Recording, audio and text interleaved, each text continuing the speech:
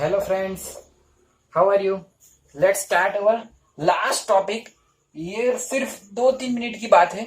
Today we are taking all the illustration of this chapter. Okay, 5th chapter हमारी theoretical portion खत्म हो जाएगा और आज इल्यूस्ट्रेशन के ऊपर ही पूरा चैप्टर है, पूरा वीडियो है। ओके, बस ये थोड़ी सी फ्री बॉडी डायग्राम के बारे में मुझे बात करनी थी। देखो इसके अंदर नाम क्या है, free body diagram means what? Body नहीं होनी चाहिए, बॉडी से फ्री होने वाला डायग्राम मीन्स व्हाट? हमको डायग्राम ड्रॉ करना, उसके अंदर पूरी बॉडी कंसीडर नहीं करनी है। Okay, let's start with one assumption. If this is the person over standing on a table, if he is standing over a table with book on his head, this is the figure of person. Okay, person थोड़ा slim नहीं है, थोड़ा उसको fat करते। Okay, ये person जो है वो टेबल के ऊपर स्टैंड करके रखा है, टेबल के ऊपर खड़ा है, बुक को अपने सिर पे लेके। चलो, तो हमें इसके अंदर कौन से फोर्स कहाँ कहाँ पे अप्लाई हो रहे हैं वो सारी चीजें दिखानी पड़ेगी। ये हमारा टेबल है ना, 3D में नहीं है। तो सबसे पहले टेबल की बात करते, तो टेबल का ग्रेविटेशनल फोर्स हर एक को वेट दे दे, सॉरी मास दे दे। टेबल का मास को m1 कहेंगे, पर्सन के मास m2 कहेंगे, ये बुक के मास को m3 कहेंगे। Then tables gravitational force is m1g। देखो मैं अभी फोर्स अप्लाई कर रहा हूं जहां जहां पे जो भी लग रहा है। तो और टेबल का ऊपर की ओर रिएक्शन होगा कुछ ना कुछ, उसे हम n1 कहेंगे। फिर क्या होगा, ये पर्सन का खुद का mg, जितना फोर्स टेबल के ऊपर काउंट होगा तो m2g। देन ये पर्सन का रिएक्शन फोर्स ऊपर की ओर लगेगा, यहाँ पे एग्जैक्ट ऊपर की ओर लगेगा, वो होगा n2। And the final book gravitational force m3g and reaction n3। Okay, तो ये हो गया पूरा फोर्स के साथ बॉडी डायग्राम। अभी हमें क्या बनाना है, free body diagram. Free body diagram means what? हमें क्या बनाना है, बॉडी को इसमें से फ्री कर देना है। तो यहाँ पे जो भी चीज है, अगर मैं यहाँ पे ऐसे ड्रॉ करूं, ये एक ब्लॉक हो गया, फिर उसके ऊपर एक और ब्लॉक हो गया, और उसके ऊपर एक और ब्लॉक हो गया, then I can say that this is the table, this is our person and this is our book. तो यहाँ पे मैं बुक के ऊपर लगने वाला, सॉरी टेबल के ऊपर लगने वाला फोर्स m1g, और उसी वजह से ऊपर की ओर m1g plus m2g plus m3g। Books के ऊपर ग्रेविटेशनल फोर्स कितना लग रहा है, खुद का ग्रेविटेशनल फोर्स, इसका भी ग्रेविटेशनल फोर्स और उसका भी ग्रेविटेशनल, तीनों के तीनों बुक्स के ऊपर टोटल लगेगी।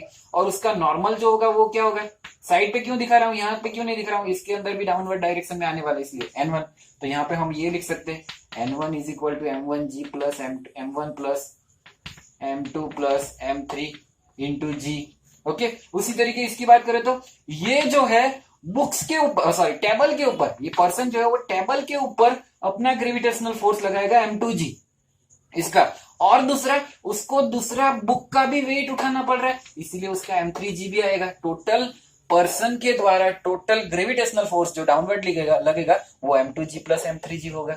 इसीलिए उसका normal reaction n2g, then n2 is equal to m2 plus m3 into G. उसी तरीके से बुक्स का ग्रेविटेशनल फोर्स कहां लगेगा, पर्सन के ऊपर, वो कितना होगा m3g, और उसका normal reaction n3, then n3 will be our m3g।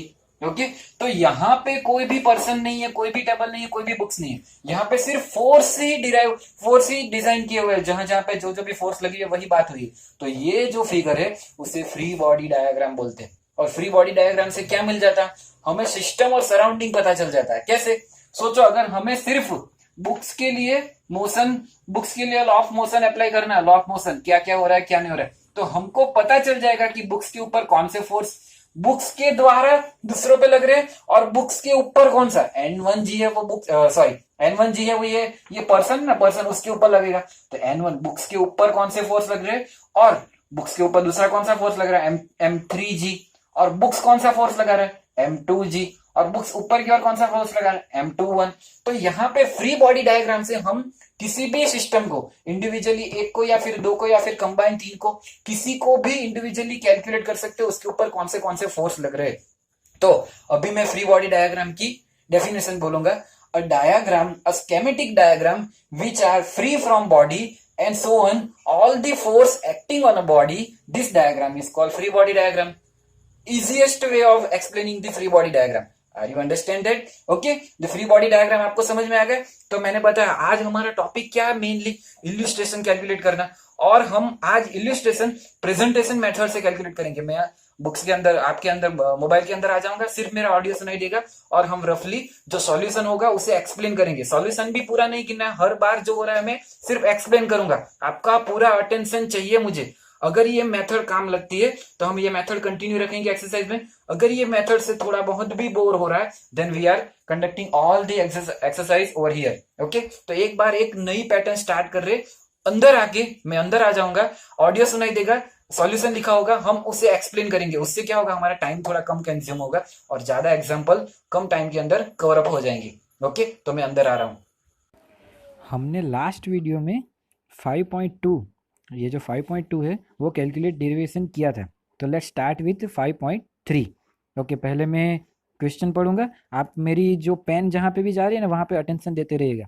A motion of a particle of mass m, उसका मास कितना दिया है m, describe by y is equal to U T plus 1/2 GT²। ये हमारा वो कांस्टेंट एक्सेलरेशन वाली formula थी ना, वो है the second equation, d is equal to v0t plus 1/2 AT² वाली फार्मूला है। Find the force acting on a particle, हमको ये पोजीशन की टाइम के अकॉर्डिंग चेंज होने वाली टर्म्स दे के रखी हुई है, हमको एक्सेलरेशन फाइंड करना पड़ेगा।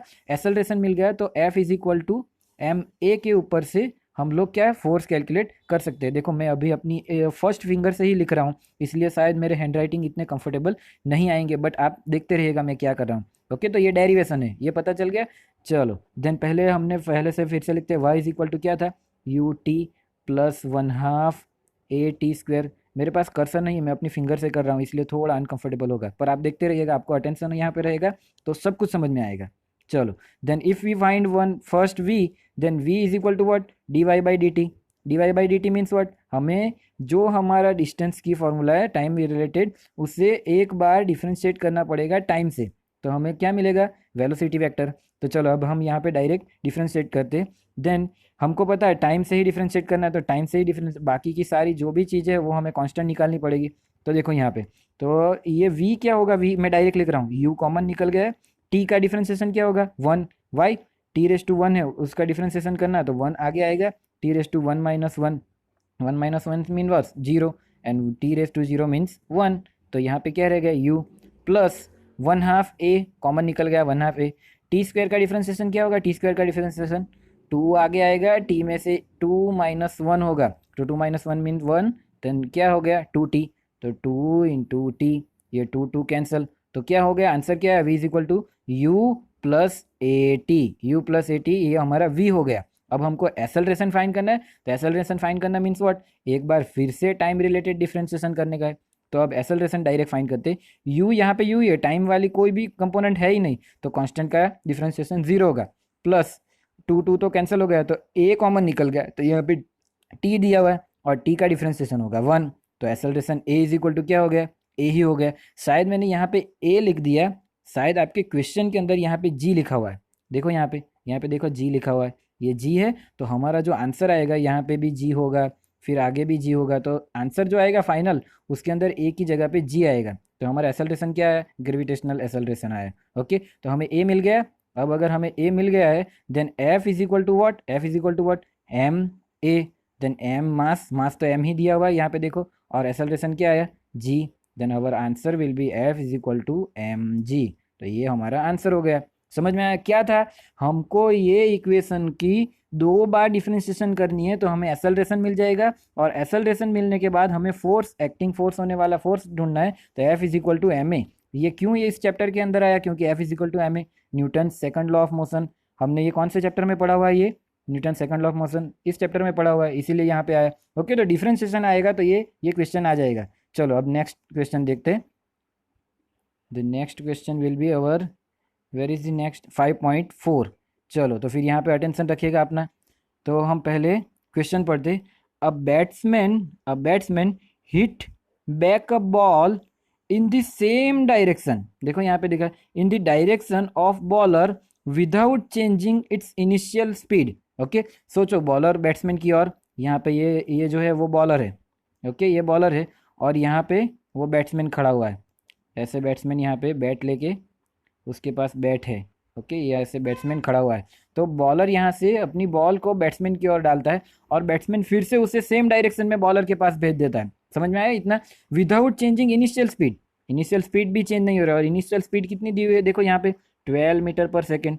तो initial speed 12 metre per second थी, means V1 is 12 metre per second and V2 also 12 metre per second. But क्या होगा, V1 अगर पॉजिटिव 12 मीटर पर सेकेंड है तो V2 होगा -12 metre per second. Direction change हो रही है और वेलोसिटी स्केलर वेक्टर क्वांटिटी है तो डायरेक्शन चेंज होगी।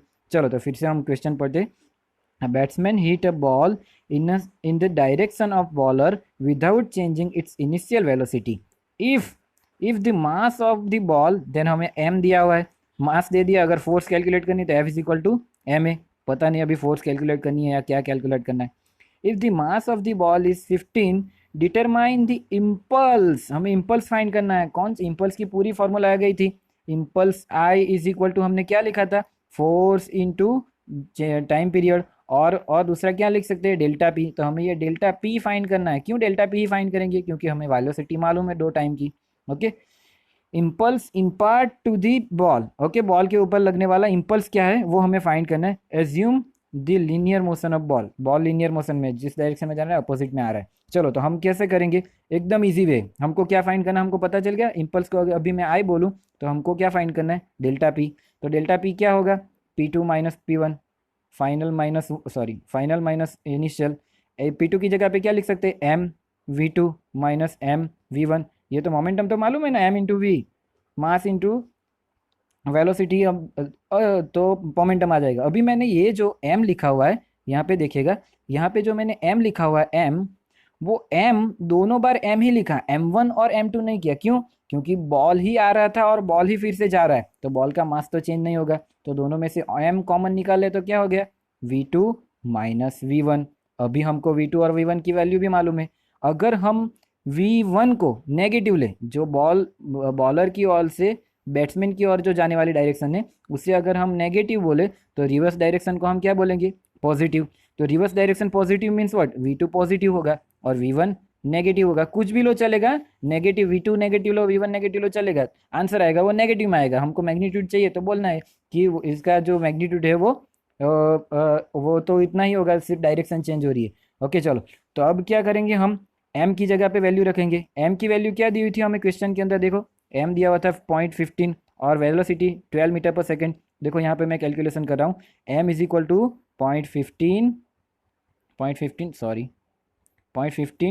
ब्रैकेट के अंदर क्या आएगा, देखो यहाँ पे मैं थोड़ा इस तरफ से लिख रहा हूँ, यहाँ पे अटेंशन रखिएगा, इज इक्वल टू करके यहाँ पे चालू कर रहा हूँ। 0.15 इंटू एसेलरेशन अंदर आएगा, वेलोसिटी अंदर आएगी 15, लास्ट वाली हमने बोला पॉजिटिव है, माइनस इनिशियल वाली नेगेटिव है -15। तो ये माइनस माइनस प्लस 15 हो जाएगा, 15 प्लस 15 30 हो जाएगा। तो हमें 30 इंटू 15 करना है। तो अब अगर 30 इंटू 15 करेंगे तो 15 थ्री ज़ा 45, जीरो और 2 पॉइंट कैलकुलेट है 4.5 जैसा आंसर आएगा। अभी हम इसके अंदर देखेंगे तो 3.6, ओ सॉरी 12 थी, सॉरी माई मिस्टेक। ये जो स्पीड है वो 12 थी, 12। तो ये 12 माइनस 12, तो 12 प्लस 12 24। तो अगर हम ये देखो अभी इसके सॉल्यूशन को देखो, 12 प्लस 12 24, तो 24 इंटू, यहाँ पे देख रहे हो 24 इंटू 15, ये हो गया 3.6। न्यूटन इंटू सेकेंड भी लिख सकते हैं और दूसरा क्या लिख सकते हैं, किलोग्राम मीटर पर सेकंड। इसमें से कोई भी एक यूनिट लिखा होगा तो चलेगा। ये पता चला ये कौन सी थियरी के ऊपर से था, इम्पल्स वाली थियरी के ऊपर से था। आगे वाला कौन सी थियरी के ऊपर से था, Newton second law of motion पे। तो हम हर बार जो भी इल्यूस्ट्रेशन कैलकुलेट करेंगे उसके पीछे थियरी कौन सी थी वो भी देखेंगे। ओके चलो नेक्स्ट जो है ये वाला 5.5 है, ये थोड़ा बड़ा एग्जाम्पल है, देखो बहुत बड़ा एग्जाम्पल है। इसको हम लास्ट में कैलकुलेट करते हैं, उसके लिए टाइम अभी नहीं निकालते, इजी वन से शुरू करते हैं। चलो ये देखते हैं 5.6।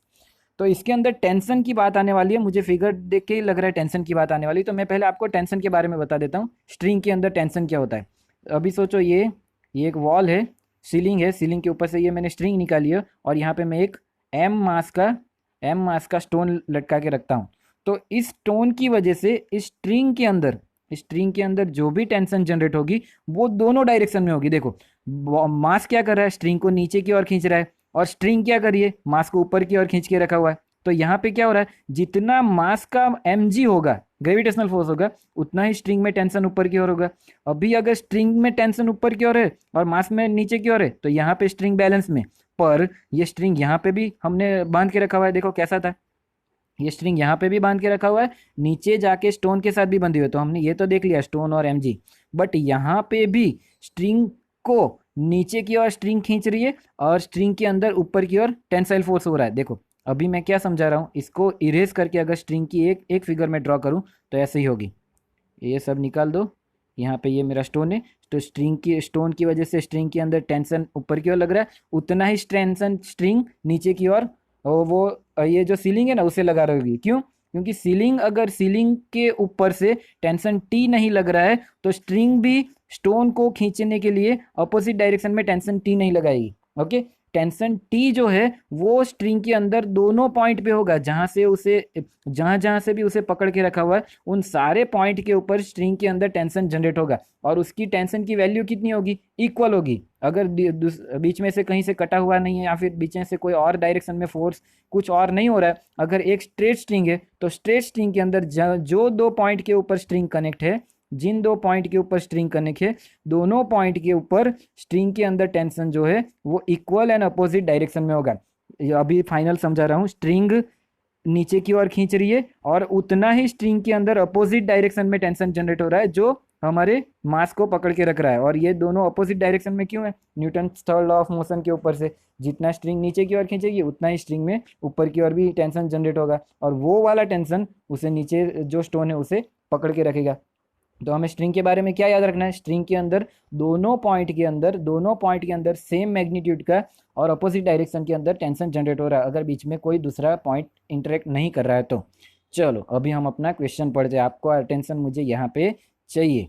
ओके चलो देखो, सी द फिगर ए, यहाँ पे फिगर ए दिख रही है, see the figure a mass of 6 kg is suspended by a rope of length 2 metre, पर यहाँ पे तो 1 ही मीटर दिख रहा है। तो अगर हमको ये वाली फिगर ड्रॉ करनी है, यहाँ से जो डेटा दिया है तो ऐसी होगी, यहाँ से 2 मीटर की रोप पे एक मास हमने लटकाया हुआ है, उसकी वेट कितनी है 6 किलोग्राम। ओके, और ये लेंथ कितनी है 2 मीटर है, 2 metre. Okay, from the ceiling a force of the 500 newton, 50 newton is horizontal direction is apply in the midpoint of P of a rope। अब यहाँ पे देखो, अब यहाँ पे ये मिड पॉइंट है ना, ये मिड पॉइंट हमने क्या बोला, ये कितनी लेंथ है 2 मीटर की लेंथ है, तो यहाँ पे जो मिड पॉइंट है पी पॉइंट, वहां से इस डायरेक्शन में 50 न्यूटन का फोर्स अप्लाई हो रहा है। तो इतना कितनी लेंथ हो गई, दोनों लेंथ 1 मीटर 1 मीटर। अब देखो यहाँ पे ये दोनों 1 मीटर दिया हुआ है। Okay, point S one in figure. Now ये फिगर अब हम कंसिडर कर सकते हैं। ओके, अब ये फिगर हम कंसिडर कर सकते हैं। What is the angle of the rope make with the vertical equilibrium.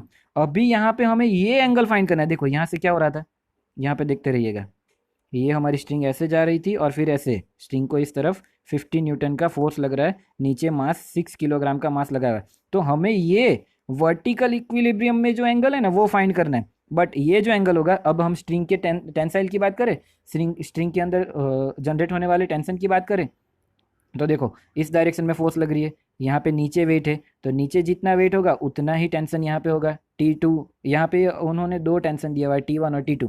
तो देखो ध्यान से, स्ट्रिंग सीलिंग के ऊपर टेंशन लगाएगी T1, और उतना ही टेंशन स्ट्रिंग के अपोजिट डायरेक्शन में लगेगा, कहाँ तक, जहाँ से पॉइंट कट हो रहा है वहाँ तक। उसके अपोजिट में T2 नीचे जो वेट है उससे अपोजिट खींचेगा यहाँ पे T2। तो क्या हो क्या रहा है, ध्यान से समझना, क्या हो क्या रहा, जो अभी मैं फिगर नीचे ड्रॉ करता हूँ, यहाँ पे बहुत थोड़ी सी स्पेस में बहुत गंदा हो रहा है। चलो देखो एक बार मैं फिर से अच्छे से फिगर ड्रॉ कर रहा हूँ। ये हमारा सीलिंग है, यहाँ पे हमारी स्ट्रिंग ऐसे हो रही है और ये हमारा मास लटकाया हुआ है। तो देखो स्ट्रिंग, ये सीलिंग है, उसके ऊपर T1 फोर्स लगा रही है, उसी डायरेक्शन में अपोजिट में ये T1 लग रहा है, यहाँ पे फोर्स 50 न्यूटन अप्लाई हो रहा है। ओके, ये न्यूटन में अप्लाई हो रहा है 50। तो देखो स्ट्रिंग नीचे की ओर भी ऊपर ऊपर की ओर यहाँ पे T2 फोर्स अप्लाई हो करेगी, वो कितना होगा, T2 कितना होगा, उसके वेट जितना, इसका जितना वेट होगा उतना। और अगर ऊपर की ओर T2 जनरेट हो रहा है तो इसी पॉइंट से फिर से नीचे की ओर भी T2 होगा। तो हमें कौन से T2 कंसिडर करने, तो देखो मैं फिर से ड्रॉ कराऊँ, क्योंकि जगह कम है इसलिए मुझे इरेज यहाँ पे ही कर करके फिर से ड्रॉ करना है। हमें ये T2 चाहिए, इसकी अपोजिट वाला भी T2 चाहिए, और फिर हमें सिर्फ ये T1 चाहिए। क्यों ये वाला T1 क्यों नहीं चाहिए, ये कोई कहीं पे भी कोई भी, ये सीलिंग के ऊपर फोर्स अप्लाई हो रहा है और सीलिंग तो यहाँ से मूवमेंट होने वाली नहीं है, तो ये हमें नहीं चाहिए। ओके, हमें ये वाला T1 चाहिए, ये वाला T1। अगर हम ये वाला T1 लेंगे तो T1 को हम दो कंपोनेंट में डिवाइड कर सकते हैं, एक वर्टिकल कंपोनेंट और दूसरा हॉरिजॉन्टल कंपोनेंट। तो देखो हमें क्या बोला था, अब मैं देखो यहाँ पे फाइनल फिगर ड्रॉ कर रहा हूँ, देखते रहना, ये हमारी फाइनल फिगर है जो यहाँ पे ये 50 न्यूटन है, सॉरी 50 न्यूटन है, ये हो गया हमारा T1।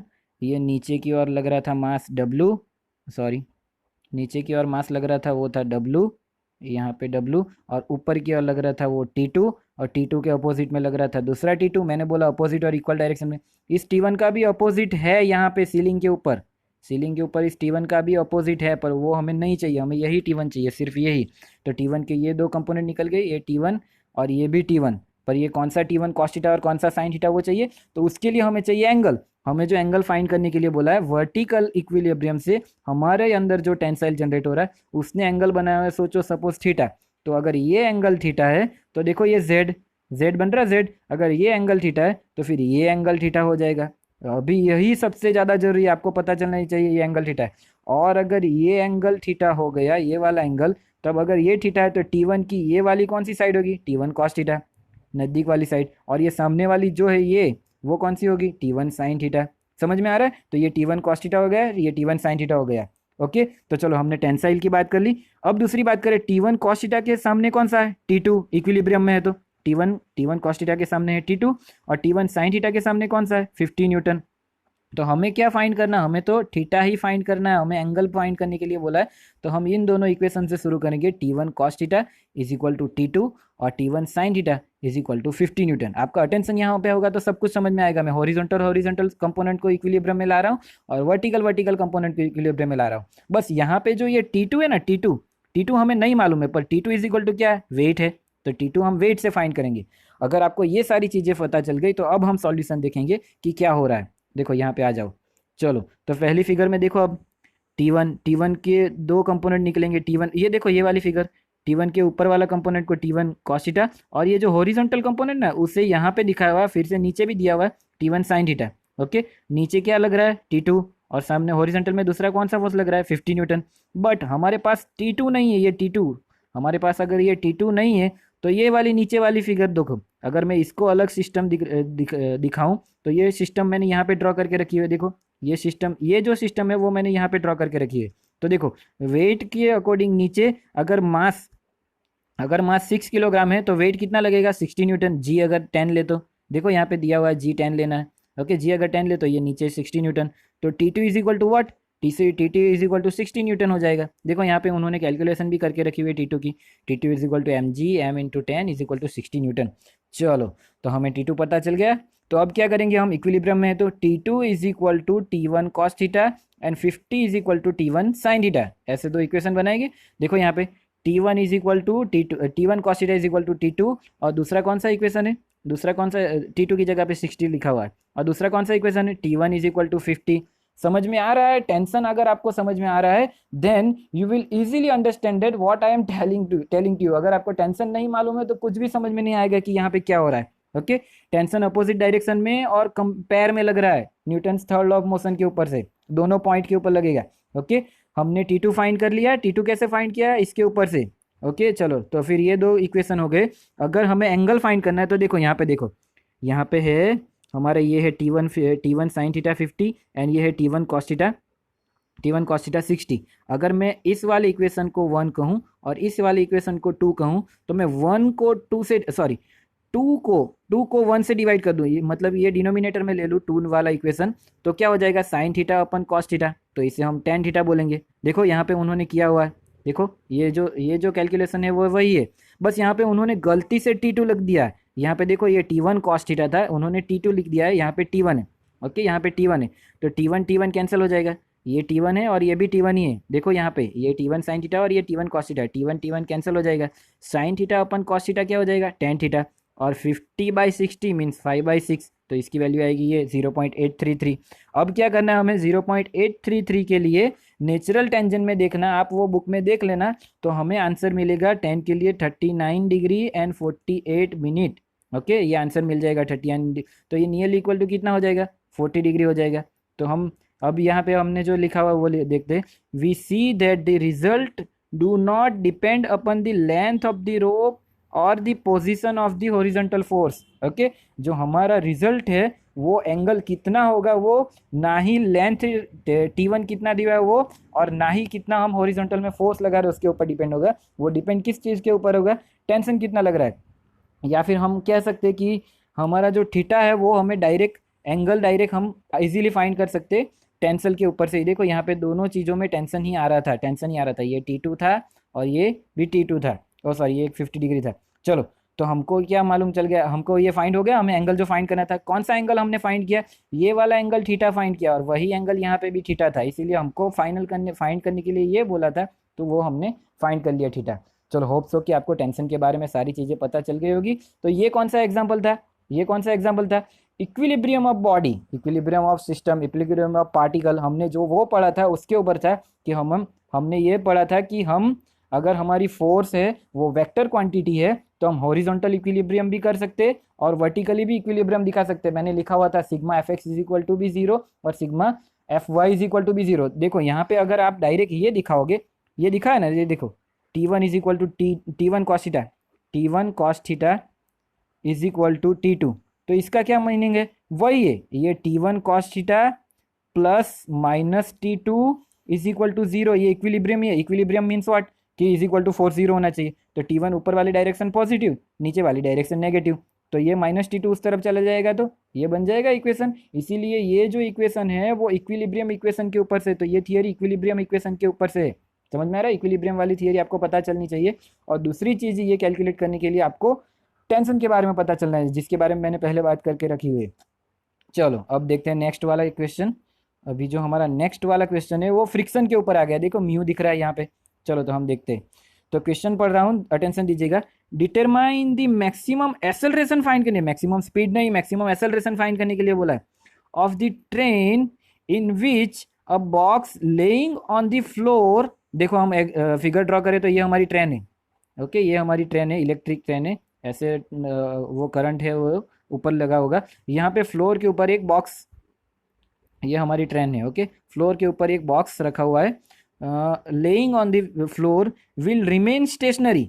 अगर ट्रेन स्पीड से जा रही है, कितने एक्सेलरेशन से, मैक्सिमम एक्सेलरेशन से जा रही है, फिर भी अगर बॉक्स स्टेडी है तो उसको अपोजिट डायरेक्शन में उसकी सरफेस के ऊपर फ्रिक्शन फोर्स, वो भी स्टेटिक फ्रिक्शन फोर्स लग रहा होगा। क्यों, क्योंकि अभी भी हमारी मैक्सिमम स्पीड तक पहुंचने के बाद भी ये अभी स्टेडी है, और ये जो मैक्सिमम फ्रिक्शन फोर्स होगा एफएस, वो भी मैक्सिमम ही होगा। क्यों, क्योंकि हमने एक्सेलरेशन मैक्सिमम कर दिया है। एक्सेलरेशन कम होता तो हम कहते कि फ्रिक्शन है, एक्सेलरेशन मैक्सिमम है, मीन्स हम फोर्स जो अप्लाई कर रहे हैं वो भी मैक्सिमम होगी। फोर्स अप्लाई कर रहे हैं, F is equal to M A हो रहा है ना, F is equal to M A, अगर ये ए मैक्सिमम है तो फोर्स भी मैक्सिमम होगी, अगर फोर्स मैक्सिमम है तो स्टैटिक फ्रिक्शन जो है वो भी हमारा मैक्सिमम ही होगा। ओके, समझ में आ रहा है, तो स्टैटिक फ्रिक्शन लग रहा है पहले तो, और दूसरा मैक्सिमम लग रहा है। चलो, फिर दूसरा क्या दिया है, अभी ये सब इरेज करता हूँ। Stationary, given that coefficient of static friction between the box and the train is 0.50 newton, 0.50 newton, oh sorry 0.50, उसका तो कोई भी वो नहीं आएगा, फ्रिक्शन की कोई भी यूनिट नहीं आएगी। चलो, तो हमको क्या फाइंड करना है, एक्सेलरेशन फाइंड करना है। देखो यहाँ पे मैक्सिमम एक्सेलरेशन, तो हमको ये मालूम है F is equal to F S, और या फिर एफ मैक्सिमम हो रहा है अभी, तो एफ एस भी क्या होगा, मैक्सिमम होगा। हमको एफ नहीं फाइंड करना, हमें एक्सेलरेशन चाहिए, तो एफ की जगह पे क्या लिखेंगे, M A maximum, F maximum है तो ए भी मैक्सिमम होगा। एफ एस की जगह पे डायरेक्ट अभी लिख सकते हैं mu S into N, why we can wrote mu S into N directly, क्योंकि ये एफ एस मैक्सिमम है, वरना ये होता, ये देखो यहाँ पे दिखा हुआ है equation, F S is less than और equal to mu S into N, पर मैक्सिमम हो रहा है यहाँ पे। ये जो सॉल्यूशन है ना, बाद में आप ये भी देखिएगा, आपको समझ में आ जाएगा, हम जो कर रहे हैं वो भी यही होगा। Okay, mu S into N हो गया। अब एन नहीं है हमारे पास, एन नहीं है, तो फ्लोर अगर स्टेडी है तो नीचे जितना एम जी लिख रहा होगा उतना ही एन नॉर्मल अपोजिट डायरेक्शन में लग रहा होता है। एन की जगह पे हम क्या लिख सकते हैं, एम जी। तो यहाँ पे देखते रहिएगा, हम जो कैलकुलेशन करें, M A maximum is equal to mu S into N की जगह पे क्या लिखेंगे, एम जी। अब क्या एम एम कैंसिल हो गया, इसीलिए देखो क्वेश्चन के अंदर मास नहीं दिया है, मास दिया है, नहीं दिया हमको। ओके चलो, तो अभी ए मैक्सिमम फाइंड करना है, then A maximum will be mu S into G. यहाँ पे जी भी रह गया था, दिख रहा है कि जी और म्यू एस ये दो है। अब सॉल्यूशन देखते हैं, अगर म्यू एस इंटू जी है तो हम डायरेक्ट उसमें से समझ लेंगे। चलो देखो यहाँ पे फाइनल देखो, ए मैक्सिमम इज इक्वल टू क्या बन रहा है, म्यू एस इंटू जी। तो फिर म्यू एस की कीमत है 0.15 ये रही, और जी की कीमत 10 लेना है, तो क्या आएगा 1.5 आएगा मीटर पर सेकेंड स्क्वायर। ए मैक्सिमम मिल गया। उन्होंने क्या किया हुआ है देखो, पहले तो स्टैटिक फ्रिक्शन के कितना है, ये दोनों इक्वल है ऐसा बताया हमको जो दिया था। एफ एस की वैल्यू लिखी, एन की जगह पे एम जी लिखा, F S is equal to mu S into N की जगह पे एम जी हो गया। फिर ये दोनों वैल्यू फाइंड की, तब यहाँ तक जो है उन्होंने लेस देन ही चलने दिया, फिर ए को उन्होंने मैक्सिमम कहा, तब उन्होंने इक्वल टू लिख दिया, लेस देन वाली जो साइन थी वो निकाल दी, वो बाद में कर रहे हम लोग पहले से ही लेके चल रहे। ओके, तो आंसर तो सेम ही आएगा।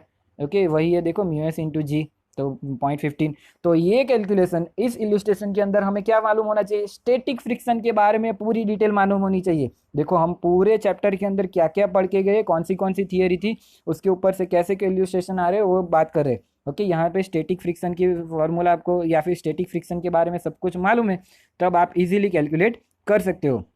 चलो अब नेक्स्ट क्वेश्चन देखते हैं, 5.7 के बाद 5.8। चलो यहाँ पे भी मुझे फ्रिक्शन ही दिख रहा है, फ्रिक्शन आपको नहीं मालूम होगा तो आप ये क्वेश्चन नहीं अच्छे से कर पाओगे। चलो देखते हैं question, next question. A mass of 4 kg rest at horizontal plane, मतलब पहले वो हॉरिजॉन्टल प्लेन में था, ये जो वर्टिकल दिखा हुआ वो पहले हॉरिजॉन्टल प्लेन में था, वो रेस्ट में था।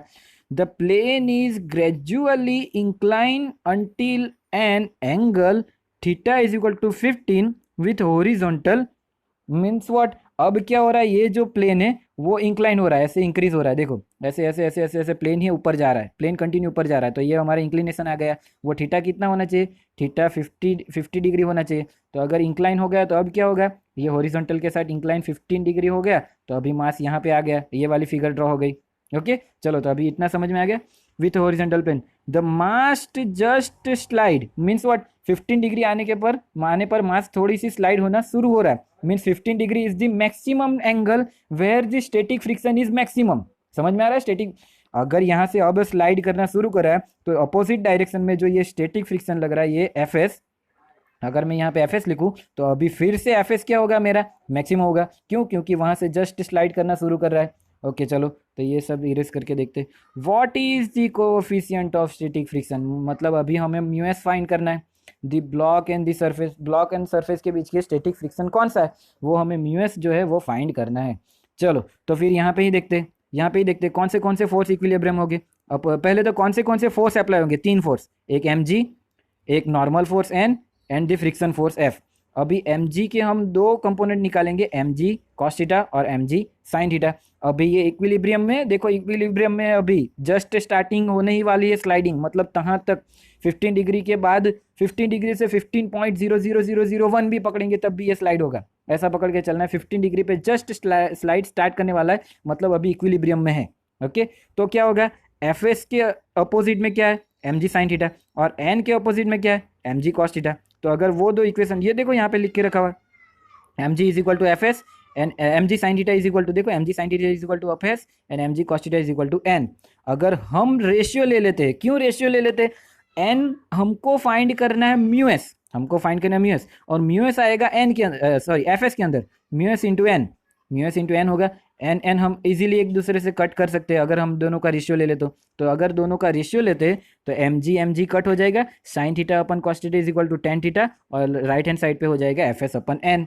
अब एफ एस मैक्सिमम है इसीलिए टेन थीटा भी मैक्सिमम है। देखो यहाँ पे ये जो लिखा हुआ है ये पढ़ते हम, when theta increase tan theta also increase, hence the magnitude of F S will also up to certain limit. समझ में आ रहा है, मैक्सिमम वो भी मैक्सिमम होता जाएगा। Let theta is equal to theta maximum, then the friction force also become the maximum. जो मैंने पहले बताया वही हो रहा है, वही यहाँ पे लिखा हुआ है। तो अगर हम थीटा मैक्सिमम लेते हैं तो एफ एस भी मैक्सिमम होगा, और एफ एस मैक्सिमम की वैल्यू क्या आएगी, mu S into N directly. अगर एफ एस ही लिखा होता तो क्या लिखते हम, लेस देन और equal to mu S into N.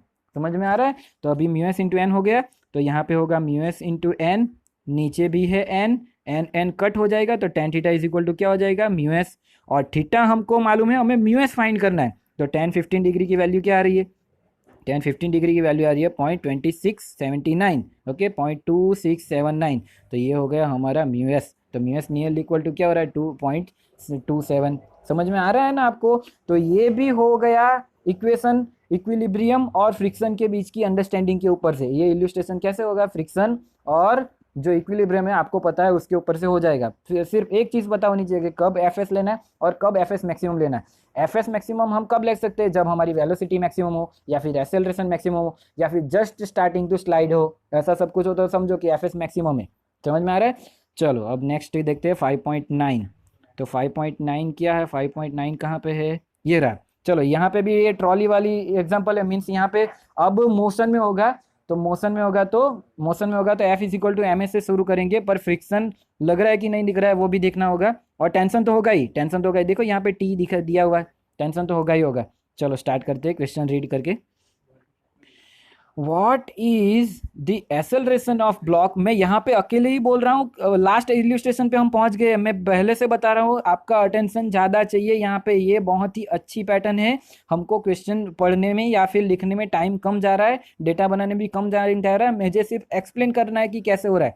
Come time के अंदर आप ज़्यादा अच्छे से और ज़्यादा एक्यूरेटली पढ़ सकते हो, इसलिए कह रहा हूँ अटेंशन आपका यहाँ चाहिए।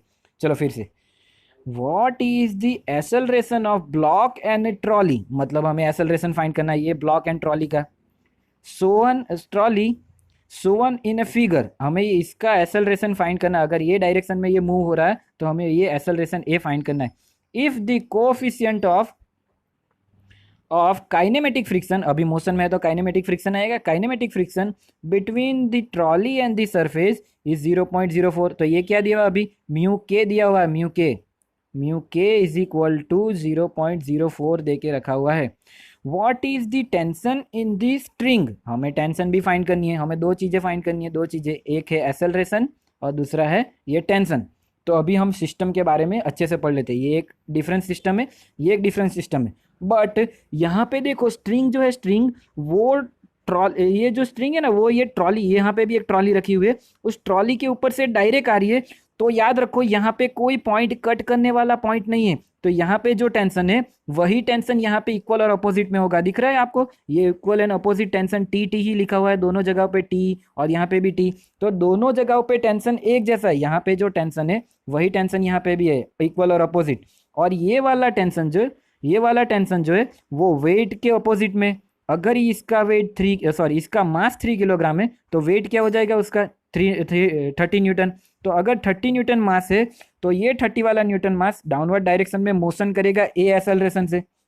तो क्या होगा, अगर ध्यान से सुनिएगा ये मेरी बात, अगर ये वाली सिस्टम ए एक्सेलरेशन से डाउनवर्ड डायरेक्शन में मोशन कर रही है और इसका टेंशन सेम है, तो ये सिस्टम जो है इस सिस्टम को ड्रैग करेगी अपनी ओर, खींचेगी अपनी ओर। तो अगर इसका एक्सेलरेशन ये है तो इसका एक्सेलरेशन भी यही हो जाएगा। मीन्स व्हाट, जितनी स्पीड से ये वाली स्ट्रिंग नीचे जा रही है उतनी ही स्पीड से ये वाली स्ट्रिंग जो है ये ट्रॉली को अपनी ओर खींच के ला रही है, हॉरिजॉन्टल में खींच के ला रही है। तो एक्सेलरेशन पूरी सिस्टम का एक ही होगा। पहले तो ये चीज़ क्लियर हो गई, एक्सेलरेशन दोनों सिस्टम का एक ही होगा। दूसरी हमें क्या फाइंड करना है, टेंशन फाइंड करना है, वो भी हमें नहीं मालूम है। तो हम दो जगहों पे हमको इक्विलिब्रियम पता है। टी इज इक्वल टू यहाँ पे क्या हो जाएगा, T is equal to 30 newton, और यहाँ पे टी इज इक्वल टू क्या हो जाएगा, फ्रिक्शन फोर्स अप्लाई हो रहा है, F is equal to F X. देखो यहाँ पे जो सिस्टम है उसके ऊपर mg के अपोजिट में तो नॉर्मल फोर्स n भी लगेगा। बट हम अगर हॉरिजॉन्टल इक्विलिब्रियम की बात करें तो जिस डायरेक्शन में वो टेंशन हो रहा है उसी अपोजिट डायरेक्शन में एफ हो रहा है, तो उसकी अपोजिट डायरेक्शन में एफ। और यहाँ पे ये कोई भी सिस्टम अभी इक्विलिब्रियम में नहीं है। मैंने इक्विलिब्रियम वर्ड्स को प्रोनाउंस किया, पर अभी कोई भी सिस्टम इक्विलिब्रियम में नहीं है। क्यों? क्योंकि अभी तो ये मोशन में, तो अभी कोई ना कोई डायरेक्शन में रिजल्टेंट फोर्स लग रही होगी। तो हमें यहाँ पे Newton second law of motion से जाना है, F is equal to M A, जहाँ पे ए फाइंड करना है। और फोर्स कौन सी लग रही है ये सिस्टम के लिए और ये सिस्टम के लिए, हमको ये मालूम है। अभी हमें ए फाइंड करना है। चलो, तो उन्होंने देखो दो इंडिविजुअल सिस्टम ड्रॉ करके रखा हुआ है। ये वाली सिस्टम किसके लिए? ये नीचे वाली सिस्टम के लिए। देखो नीचे की ओर एम जी 30 न्यूटन, इसके अपोजिट टेंशन। और दूसरी यहाँ पे हॉरिजॉन्टल भी दिया हुआ है, टी के अपोजिट एफ एस 20 किलोग्राम है। तो उन दो सिस्टम के ऊपर से यहाँ पे देखो ये वाला इक्वेशन देखो, यहाँ पे क्या लिखा हुआ है, M G minus T is equal to M A. ये कैसे बना, मैं आपको ये एक्सप्लेन कर रहा हूँ। ये वाले सिस्टम को देखो, ये वाले सिस्टम को देखो, तो इस वाले सिस्टम के ऊपर अगर इस वाली सिस्टम ए जितनी वैल्यू एक्सेलरेशन से डाउनवर्ड डायरेक्शन में जा रही है, तब इसके लिए हम ये लिख सकते हैं F is equal to M A. अभी एफ कितना लग रहा है, एफ टोटल फोर्स कितना लग रहा है, डाउनवर्ड डायरेक्शन में एम जी और अपोजिट डायरेक्शन में टी। तो हमें कौन से को एम जी को क्यों पॉजिटिव कहा और टी को क्यों नेगेटिव कहा? हमको टोटल फोर्स है, टोटल फोर्स जो है वो कौन सी है, डाउनवर्ड डायरेक्शन में एम जी है और अपोजिट डायरेक्शन में है वो टी है। T M G downward direction में, टी अपोजिट डायरेक्शन। पर किसको पॉजिटिव कहना है, किसको पॉजिटिव कहना है और किसको नेगेटिव कहना है, वो कैसे डिसाइड करेंगे? तो याद रखो, जिस डायरेक्शन में एक्सेलरेशन है मेरी, जिस डायरेक्शन में, अभी से याद रख लो, ये सारे पॉइंट बीच बीच में मैं कुछ सिखा रहा हूँ। टेंशन के बारे में आगे सिखाया, स्टैटिक फ्रिक्शन के बारे में बीच में सिखाया, अब एक्सेलरेशन के अकॉर्डिंग कौन सी पॉजिटिव और कौन सी नेगेटिव लेनी है उसकी बात कर रहा हूँ। तो जिस भी डायरेक्शन में हमारी एक्सेलरेशन दी हुई है, उस डायरेक्शन में जो भी फोर्स लग रही है उस फोर्स को पॉजिटिव बोलेंगे और उसके अपोजिट डायरेक्शन में लगने वाली फोर्स को नेगेटिव बोलेंगे। तो अभी डाउनवर्ड डायरेक्शन में अगर एक्सेलरेशन है तो एम जी पॉजिटिव हो जाएगा और टी नेगेटिव हो जाएगा। तो टोटल फोर्स कितनी होगी, एम जी माइनस टी। समझ में आ रहा है? इसी is equal to M A तो है ही है। तो ये क्वेश्चन अब ये इक्वेशन आपको समझ में आ गई होगी, ये इक्वेशन अब आपको अच्छे से समझ में आ गई होगी। Okay, M G minus T is equal to M A. Okay, M G की वैल्यू 300 न्यूटन मालूम थी, इसलिए वो लिख दी। तो ये हमारी पहली इक्वेशन, पहला क्वेश्चन बन गया, 30 minus T is equal to 3a। Now let's take the another system, ये वाली सिस्टम के लिए लिखे तो देखो, वो वाली सिस्टम डाउनवर्ड में, ऊपर वाली सिस्टम डाउनवर्ड में एज एक्सेलरेशन से जा रही थी, वही एक्सेलरेशन ये वाली सिस्टम वो हॉरिजॉन्टल में जा रही थी। तो यहाँ पे F is equal to M A लिखे तो Newton second law, F is equal to M A. तो हमको ए ही फाइंड करना है, दोनों बार ए सेम है और हमें ए ही फाइंड करना है। पर यहाँ पे जो फोर्स डिराइव हो गए, यहाँ पे जो फोर्स है, यहाँ पे देखो ये टेंसाइल फोर्स ये वाली डायरेक्शन में लग रहा है और फ्रिक्शन फोर्स अपोजिट डायरेक्शन में लग रहा है। तो यहाँ पे देखो, यहाँ पे टी माइनस एफ के आएगा, T minus F K. Why? The tensile force in the direction of acceleration है, एक्सेलरेशन की डायरेक्शन में ही टेंसाइल फोर्स है। तो ये वाली टेंसाइल फोर्स अब पॉजिटिव हो जाएगी। देखो ऊपर वाले के अंदर टेंसाइल फोर्स अपोजिट डायरेक्शन में थी, तो यहाँ पे देखो टेंसाइल फोर्स नेगेटिव हो रही थी। और ये वाली सिस्टम के अंदर एक्सेलरेशन जिस डायरेक्शन में, उसी डायरेक्शन में टेंसाइल फोर्स है, तो टी पॉजिटिव आएगा और एफ के नेगेटिव आएगा। F is equal to M A. तो ये अभी दूसरा वाला क्वेश्चन, ये वाला इक्वेशन भी अभी आपको पता चल गया होगा। अब यहाँ पे m जो है, m ये ट्रॉली का मास आएगा, इसीलिए उन्होंने यहाँ पे कैपिटल M लिख के रखा हुआ है। देखो ये 20 kg है और यहाँ पे 3 kg ही था। चलो, तो अब आपको दोनों इक्वेशन समझ में आ गए। M G minus T is equal to M A. M G positive, T negative क्यों हुआ? एक्सेलरेशन की डायरेक्शन की वजह से।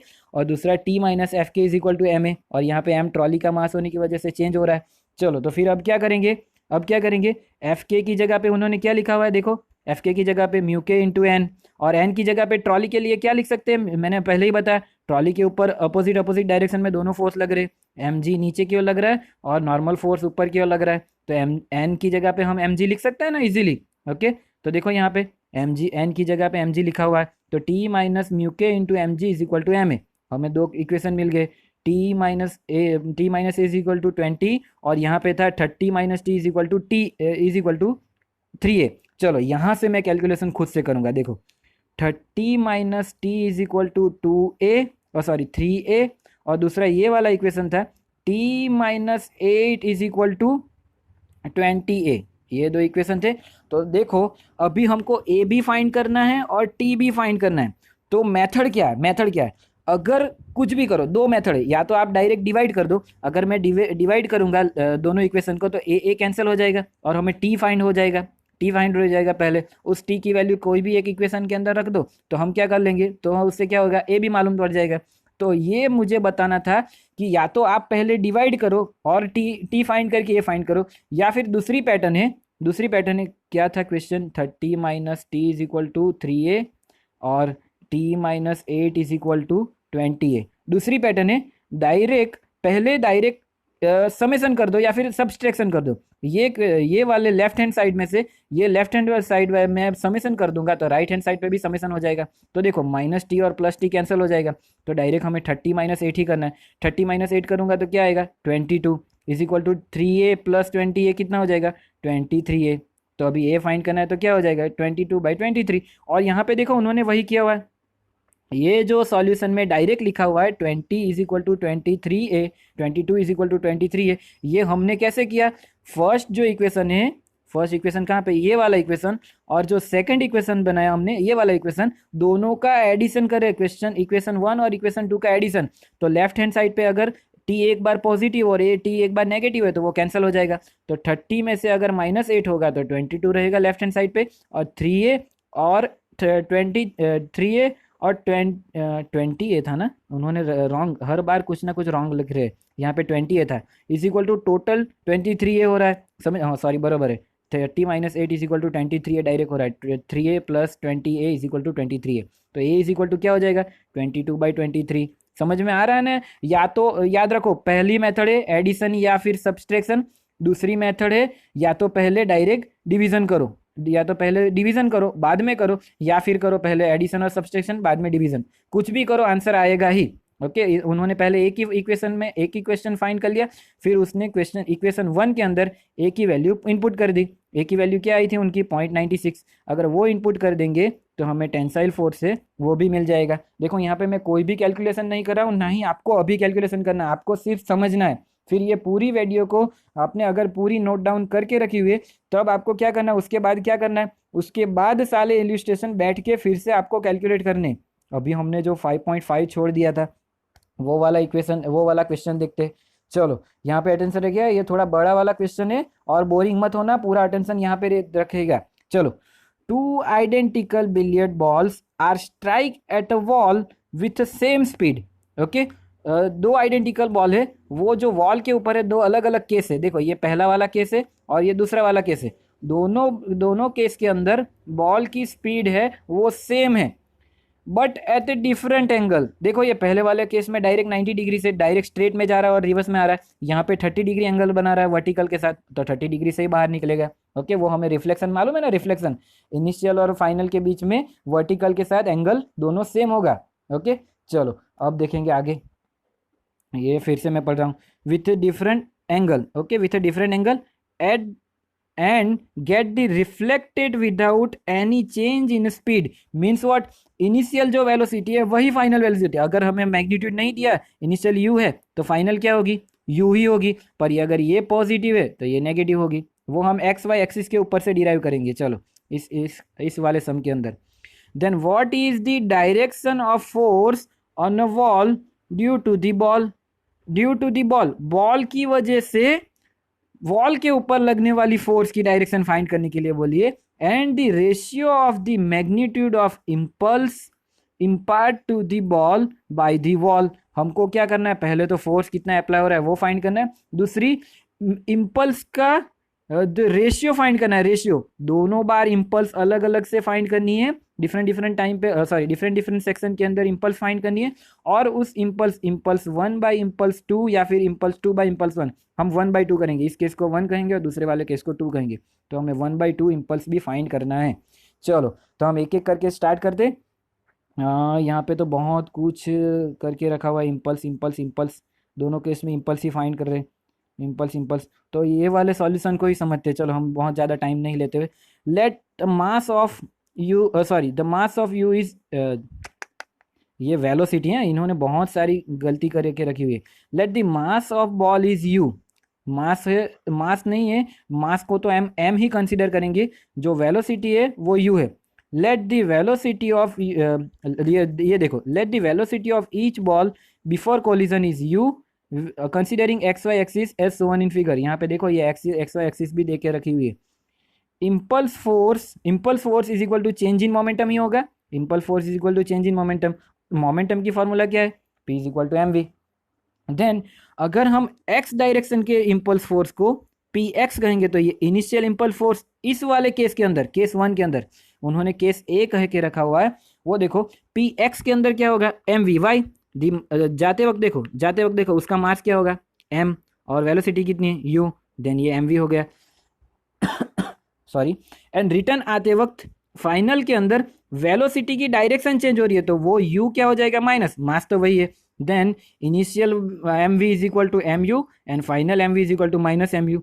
तो क्या होगा, अगर इन दोनों के बीच में momentum, change in momentum find करे तो P final minus P initial, P final minus P initial क्या हो जाएगा, माइनस टू एम यू। अभी ये थोड़ा सा हार्ड वन क्वेश्चन है, धीरे धीरे सॉल्व करेंगे। उन्होंने एक्स डायरेक्शन का फाइंड किया, फिर वाई डायरेक्शन के अंदर भी सिमिलरली लिखा हुआ है। क्यों, इस वाले के अंदर वाई डायरेक्शन में 0 है, पर ये वाले केस में, बी केस के अंदर वाई डायरेक्शन में आएगा, इसीलिए वाई डायरेक्शन में यहाँ पे भी लिखा हुआ है, पर दोनों का दोनों 0 है। पता चल रहा है ना क्यों 0। नाउ चलो, बहुत टाइम हो रहा है, जल्दी जल्दी एक्स कंपोनेंट का इम्पल्स फाइंड करेंगे एक्स डायरेक्शन के अंदर। तो फाइनल माइनस इनिशियल, तो फाइनल क्या था, माइनस एम यू, इनिशियल क्या था, एम यू, तो minus M U minus 2 M U. तो देखो याद रखो, वाई वाले में तो 0 हो गया, तब इम्पल्स फोर्स क्या हो गया, minus 2 M U. But impulse force क्या हो गया, माइनस 2 एम यू। बट यहाँ पे क्या लिखा है वो पढ़ो ध्यान से, impulse and the force are in the same direction, hence the force acting on a wall is perpendicular to the wall in a minus x direction by third law of motion, acting on a wall due to the ball is perpendicular to the positive direction। देखो ध्यान से पढ़ो, जो force apply हो रही है यहाँ पे देखो, force acting on a ball, ball के ऊपर फोर्स अप्लाई हो रही है due to the wall, wall की वजह से बॉल के ऊपर फोर्स अप्लाई हो रही है, वो माइनस एक्स डायरेक्शन में, ये जो फाइंड हुई ना वो। तो हमें तो फाइंड करने के लिए बोला था वॉल के ऊपर बॉल की वजह से, तो force acting on a wall due to the ball is in the direction of opposite, and opposite direction में सेम मैग्नीट्यूड का होगा, कैसे, Newton's third law of motion के ऊपर से। तो हमारी जो ये फोर्स है, हमारी जो आंसर आएगा वो एक्चुअली में होगा, इम्पल्स जो है वो एक्चुअली में हमें लेना पड़ेगा प्लस 2 एम यू, जो हमें फाइंड करने के लिए बोला है force acting on a wall due to the ball. हमने पहले क्या फाइंड किया है, force acting on a ball due to the wall. क्यों, हमने बॉल के लिए ही फोर्स ये जो फाइंड किया, वो कैसे कह सकते हैं कि बॉल के ऊपर लगने वाली फोर्स है।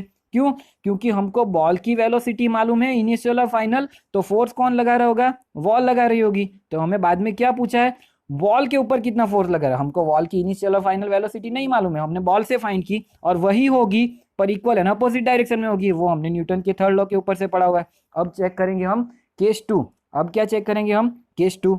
चलो ये हमारा लास्ट क्वेश्चन है। देखो तो u वेलोसिटी से वो आ रहा है, तो उसके वो दो कंपोनेंट में हम डिवाइड कर सकते हैं, x कंपोनेंट और y कंपोनेंट। तो क्या हो जाएगा, x कंपोनेंट विल बी, देखो ये अगर थीटा है तो ये मेरी, देखो यहाँ पे उन्होंने डायरेक्ट दिया हुआ है, मैं आपको बता रहा हूँ, ये हमारा अगर थीटा है तो इसके साथ बनने वाली ये देखो ये z बन रहा है, तो ये वाला एंगल भी क्या हो जाएगा, थीटा हो जाएगा।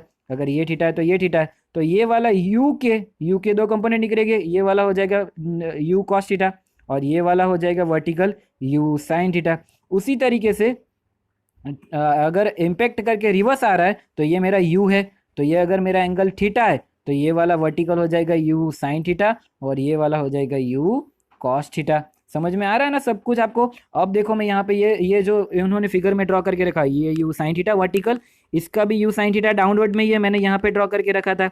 और जो यहाँ पे हॉरिजॉन्टल है वो देखिएगा ध्यान से, ये ऊपर वाले u का हॉरिजॉन्टल इस डायरेक्शन में और नीचे वाले u का हॉरिजॉन्टल इस डायरेक्शन में। समझ में आ रहा है कि नहीं आ रहा है, अपोजिट में u x और इसे u x डायरेक्शन में जो हो रहा है ना, x डायरेक्शन में जो वेलोसिटी है वो दोनों एक दूसरे के अपोजिट डायरेक्शन में, और y डायरेक्शन में वो दोनों बार डाउनवर्ड में ही है। आप इजीली ऐसे ही थियरम पर से भी देख सकते हो, दोनों बार क्या हो रहा है, ये जो मेरा बॉल है वो डाउनवर्ड डायरेक्शन में ही आ रहा है, डाउनवर्ड डायरेक्शन में ही आ रहा है, मीन्स क्या, y डायरेक्शन में नीचे गिर रहा है, पर x डायरेक्शन में क्या हो रहा है, x डायरेक्शन में थोड़ी देर के लिए इस डायरेक्शन में जा रहा है, बाद में थोड़ी देर के लिए इस डायरेक्शन में जा रहा है, तो x डायरेक्शन में उसकी वेलोसिटी दोनों बार चेंज हो रही है, पर y डायरेक्शन में दोनों बार नीचे ही गिर रहा है, इसलिए y डायरेक्शन में एक ही डायरेक्शन है। चलो तो फिर देखते हैं x component of momentum pxi initial क्या हो जाएगा, mv cos थीटा, ये वाला mv cos थीटा, और थीटा कितना था 30 डिग्री, तो mu cos थीटा।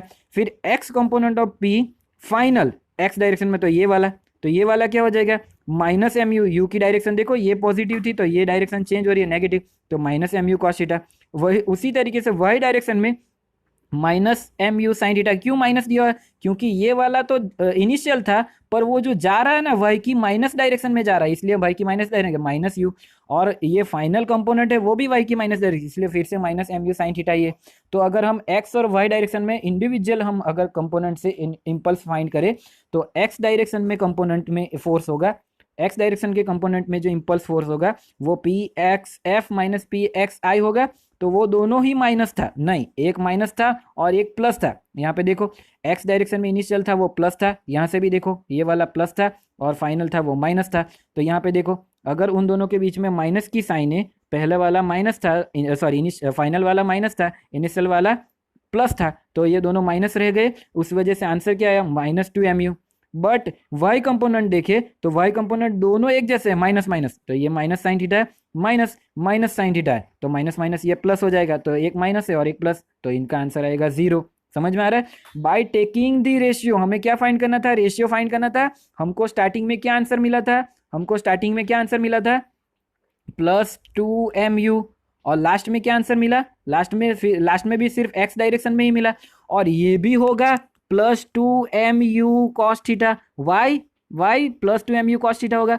ये जो हमने फाइंड किया है वो वॉल की वजह से बॉल के ऊपर लगने वाला फोर्स है, इम्पल्स फोर्स है, वॉल की वजह से बॉल के ऊपर लगने वाला, पर हमको तो चाहिए बॉल की वजह से वॉल के ऊपर लगने वाला, तो ये हो जाएगा प्लस टू एम यू। या फिर दोनों इनिशियल पहले भी माइनस ही थे, तो इन्होंने क्या किया हुआ अभी लिया ही नहीं है, दोनों माइनस ही रहने दिया है, तो ये माइनस माइनस कैंसिल, या फिर हम हमारी तरह दोनों प्लस प्लस हो जाएंगे। ओके, अभी ये एम यू भी कैंसिल, तो क्या रह गया?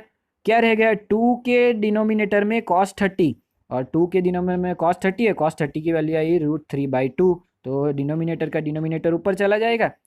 ओह, उन्होंने 2 भी निकाल दिया है, ये क्या? हाँ, यहाँ पे उन्होंने गलती कर दी, देखो यहाँ पे 2 एम यू था, मेरे से भी गलती हो गई, देखो यहाँ पे माइनस 2 एम यू था और यहाँ पे सिर्फ एम यू ही लिखा हुआ है, ये माइनस 2 एम यू होगा, तो ये 2 एम यू पूरा पूरा ऊपर नीचे से कैंसिल हो जाएगा, 1/cos 30 ही रहेगा, 1/cos 30, तो 1/√3/2, डिनोमिनेटर का डिनोमिनेटर ऊपर चला जाएगा, तो 2/√3, तो रेशियो क्या हो गया? 2/√3, और √3 की वैल्यू 1.73 आती है, इसी वजह से उन्होंने नियरली इक्वल टू 2/1 के रूप में लिखा हुआ है। ओके, आपको ये क्वेश्चन अच्छे से समझ में आया होगा। अगर ये नहीं समझ में आया तो आप स्टार करके रखो इस क्वेश्चन को। ये क्वेश्चन जब भी हम मिलेंगे कभी भी, या फिर कभी भी लाइव लेक्चर, हमारा कल ही शायद लाइव लेक्चर है, तो उस लाइव लेक्चर के अंदर हम फिर से करने की कोशिश करेंगे। अभी हमने एक क्वेश्चन और छोड़ दिया है, वो 10 नंबर का क्वेश्चन है। देखो ये फाइनल जो क्वेश्चन था ना हमने वो नहीं लिया हुआ है, कहाँ गया ये? ओह, अभी तो हमारा बहुत सारे क्वेश्चन बाकी है, 10 नंबर मैक्सिमम वेलोसिटी बाकी है, चलो वो कर दे। उसके बाद ये भी बाकी है, 11th भी बाकी है, 12th नंबर छोड़ने वाले। चलो तो ये हम अब देखते रहना, अटेंशन यहाँ पे रखना, जाना नहीं चाहिए, एग्जाम में पूछे जाएंगे। मैक्सिमम वेलोसिटी, सर्कुलर मोशन वाले क्वेश्चन बाकी है, चलो चलो चलो यहाँ पे ध्यान दो। तो क्या हो रहा है? अ cyclist speed at 18 kilometre per our, cyclist की स्पीड क्या है? वेलोसिटी ऑफ साइकिलिस्ट की क्या है? 18 किलोमीटर पर आवर है। Okay, at a level road है, चलो तो इजी वन है। Level road take a sharp circular turn of 3 metre without reducing speed, जो रेडियस है सर्कल की, रोड की रेडियस है वो 3 मीटर है, 3 मीटर, और उसके ऊपर वो साइकिलिस्ट टर्न ले रहा है, कितनी स्पीड से? 18 किलोमीटर पर आवर की स्पीड से टर्न ले रहा है, without reducing speed. The coefficient of static friction between the tyre and the road, static friction का क्यों कोएफिशिएंट दिया हुआ है? अगर साइकिलिस्ट ऐसे ट्रैवल कर रहा है तो सेंट्रीपिटल डायरेक्शन में कौन सा फोर्स लगेगा? स्टैटिक फ्रिक्शन लगेगा, वो पीछे वाली डायरेक्शन में लग रहा होगा, हमारा जो रोलिंग फ्रिक्शन है वो, तो हमारे स्टैटिक फ्रिक्शन वही हमारे सेंट्रीपिटल फ्रिक्शन के बराबर होगा। तो उसके ऊपर से हमने मैक्सिमम स्पीड की भी फॉर्मूला डिफाइन करके रखी हुई है, फाइंड करके रखी हुई है, sorry. The static friction between this road and the cycle is 0.1. Will, question पूछा है, will the cyclist slip while taking a turn? तो क्या साइकिलिस्ट टर्न लेगा तब वो स्लिप हो जाएगा कि नहीं होगा?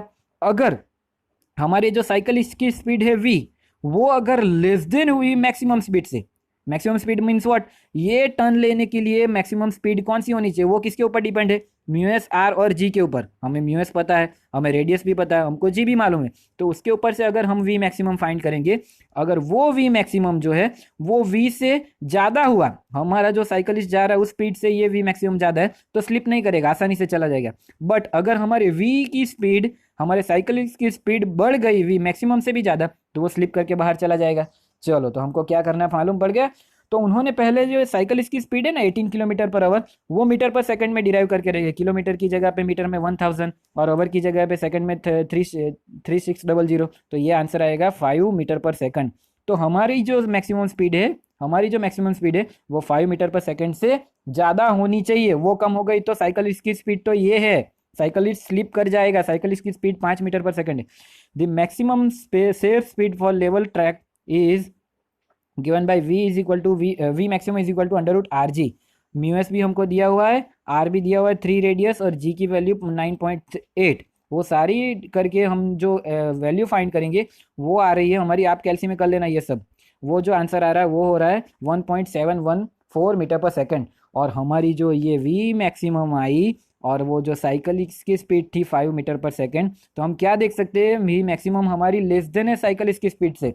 मतलब क्या, साइकिलिस्ट जो है, जो सेफेस्ट स्पीड है उससे भी ज्यादा स्पीड से जा रहा है, तो क्या हो जाएगा, स्लिप करेगा।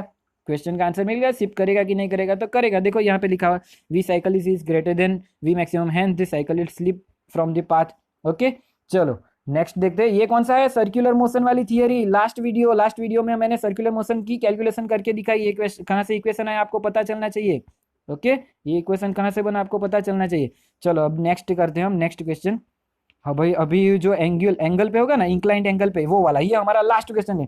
प्लीज यहाँ पे ध्यान दीजिएगा। मैं 1 आवर के अंदर कंप्लीट करने के अंदर, 1 आवर के नजदीक में, या फिर 1 आवर 10 मिनट के अंदर कंप्लीट करने की कोशिश कर रहा हूँ।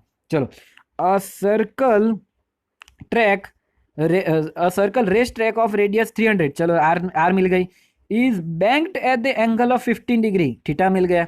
If the coefficient of friction between the wheel and the surface race car and the road is 0.2 है, ये हमें म्यू एस भी मिल गया।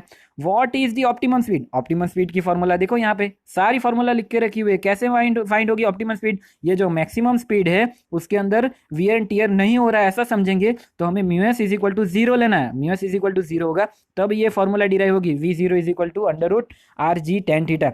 What is the optimum speed of the car to avoid the wear and tear, देखो avoid the wear and tear in the tyre, and the maximum permissible speed of to avoid the slip. कौन सी, दूसरी कौन सी, maximum speed भी हमें find करनी है slip avoid करने के लिए। चलो, तो अभी स्लिप होगा कि नहीं होगा वो नहीं पूछा है, मैक्सिमम स्पीड क्या होगी और ऑप्टिमम स्पीड क्या होगी, वो दो स्पीड हमें फाइंड करके रखनी है। चलो, तो ऑप्टिमम स्पीड की फॉर्मूला हमने लिख दिया है।